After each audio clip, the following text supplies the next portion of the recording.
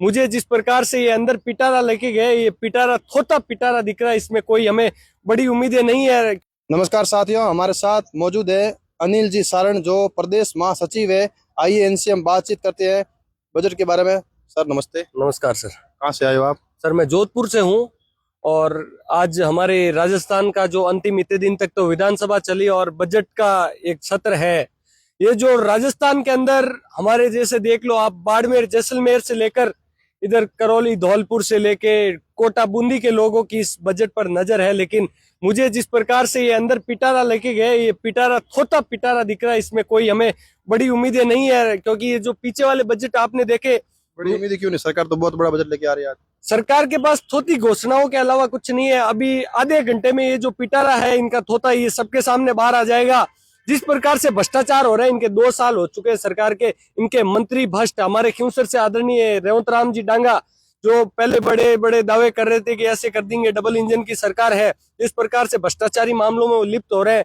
Commission खोरी का आरोप भी लगा था, कमीशन खोर का। वो कमीशन खोरी का जो आरोप है, लेकिन इनकी सरकार है तो वो कुछ कार्रवाई कुछ करेंगे नहीं। 60 गांठ से उन्होंने उस मामले को रफा दफा कर दिया, मामला दबा दिया। मामला पूर्ण रूप से दबा दिया है। उन्होंने स्टार्टिंग में जब 10 दिन तक लोग उग्र हुए, सवाल किए इनसे, तो बोला कि हम ये कमेटियां बिठाएंगे। कहाँ गई वो तुम्हारी कमेटियां? इनके पास जूते और थोते भाषणों के अलावा कुछ नहीं है। एक नंबर की नाकारा निकम्मा।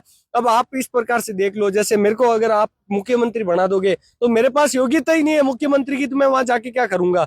और अब एक आप उदाहरण ले लो कि आप मेरे को माइक दे दो, सवाल पूछ लो, तो ये मेरे चैप्टर से ही बाहर है, तो ये चीजें हमारे काम की नहीं है। इन्होंने सरपंच से तो लाके मुख्यमंत्री पटक दिया। इनके जो सचिव है वो सरकार चला रहे, उनके मंत्रियों की चल नहीं रही है। आए दिन इनके विधायक मंत्री थानेदार को फोन करते हैं, सीआई को फोन करते हैं, वो इनके फोन नहीं उठाते। एसडीएम इनको जैसे मन में आए वो कह देते हैं। कुल मिला के ये फेलियर है इन 2 साल के अंदर। और आज आप बजट देख लेना, मैं विश्वास के साथ कह रहा हूं, अगर आप मेरे से बाद में सवाल कर लेना बजट के बाद में, ये थोटी घोषणाओं के अलावा इनके पास कुछ नहीं है। राजस्थान का गरीब किसान सड़कों पर बैठा है, हर जो गरीब तबके का आदमी है उसके इस बजट में कुछ नहीं मिलेगा। जो बड़े उद्योगपति है उनके लिए जरूर ये पिटारा बनके एक अच्छा बजट साबित होगा। तो किसान तो बजट को लेके काफी उम्मीदें लेके बैठे कि हमारे लिए कुछ अच्छा होगा, नया होगा। मैं खुद साहब जयपुर बैठा था, तो आज सभी को पता था कि जयपुर यहाँ पे मैं विधानसभा आ रखा हूँ, तो उन्होंने मेरे को करीब काफी अभी 10-15 फोन किए कि क्या हुआ हमारे बजट का। जो गांव ढाणी में अंतिम चौर में लोग बैठे उनके पास फोन नहीं है और टीवी सुविधाएं नहीं है, तो उन्होंने पूछा मेरे से, तो मैंने कहा अभी तक तो बजट लगभग 3-4 बजे के करीब पूरा फाइनल आएगा, लेकिन आप इस सरकार से उम्मीद मत रखिए, आप अपना काम करते रहिए। और बाकी ये जो जिस प्रकार से अगर कोई ये छोटी 2 किलोमीटर की रोड भी अगर कोई गांव में देंगे तो उसके अंदर भी ये गपलाखोरी करके वहां पे मुड के अलावा वो कुछ नहीं डालेंगे, सिर्फ वो एक डंबर का ऊपर दिखावा करते हैं। हर जगह भारतीय जनता पार्टी में कमीशन खोरी चल रही है।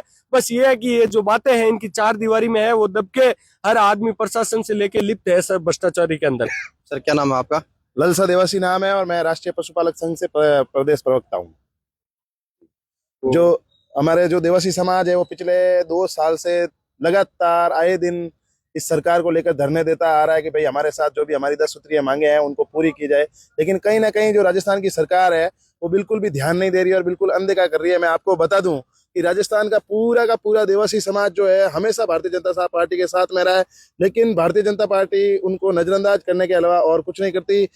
बहुत सारे मंत्री है जो सिर्फ बातें करते हैं और खोखली बातें करते हैं। आपने देखा होगा कि आज से 2-3 महीने पहले हमारी अविनाश गहलोत जी के साथ में वार्ता हुई थी और उन्होंने कहा था कि आपकी जो भी 10 सूत्रीय मांगे हैं वो हम आपकी पूरी करेंगे और आप यहाँ से बालरई से जो आंदोलन आपका चल रहा है वो आप समाप्त कर दीजिए। कल आपकी समाज के डीएनटी समाज के काफी संख्या में लोग यहाँ आए थे, धरना भी किया था, उसमें कुछ समाधान हुआ?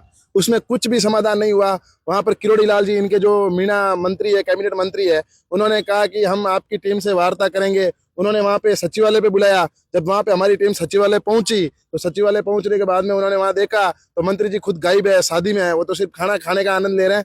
राजस्थान की सरकार मुख्यमंत्री को लेके इनके एमएलए मंत्री सारे जो हैं वो सिर्फ और सिर्फ खाने पे ज्यादा ध्यान देते हैं। सरकार जो है जनता का 1% भी ध्यान नहीं रखती। यही काम ये लोग करते हैं। तो धरना प्रदर्शन में कोई वार्ता नहीं हुई? धरना प्रदर्शन में कोई वार्ता नहीं है। धरना है ना जो आगे 11 मई को हमने वो आगे कर दिया है। 11 मई को वही बालरई के अंदर वही आंदोलन हम फिर से दोहराने जा रहे हैं। और आज जो है इनका बजट भी पेश हो रहा है और बजट को देख के लगता नहीं है कि देवासी समाज को इस बजट के अंदर ये कुछ देगी या डीएनटी समाज को ये इस बजट के अंदर देगी। मुझे नहीं लगता कि ये डीएनटी समाज को इस बजट में कुछ देंगे।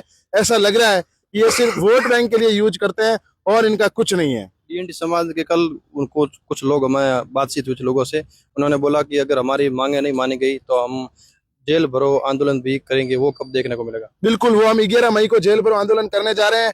अगर सरकार मांगे नहीं मानेगी तो सिर्फ जेल भरो आंदोलन ही नहीं, हम हाईवे जाम करने का काम करेंगे, हम रेल रोकने का काम करेंगे। जो भी हमें हथकंडे हमारी मांगों को लेकर करने पड़ेंगे वो हम अपनाने के लिए तैयार हैं। अभी तो 77 लोगों पर इन्होंने मुकदमा दर्ज किया है। 77 लोगों को मुकदमा दर्ज करने से कुछ नहीं होगा। मेरे जैसे लाखों लाख युवा राजस्थान के अंदर है और वो क्रांति लाने का काम करेंगे। घर घर से भगत सिंह निकलेगा।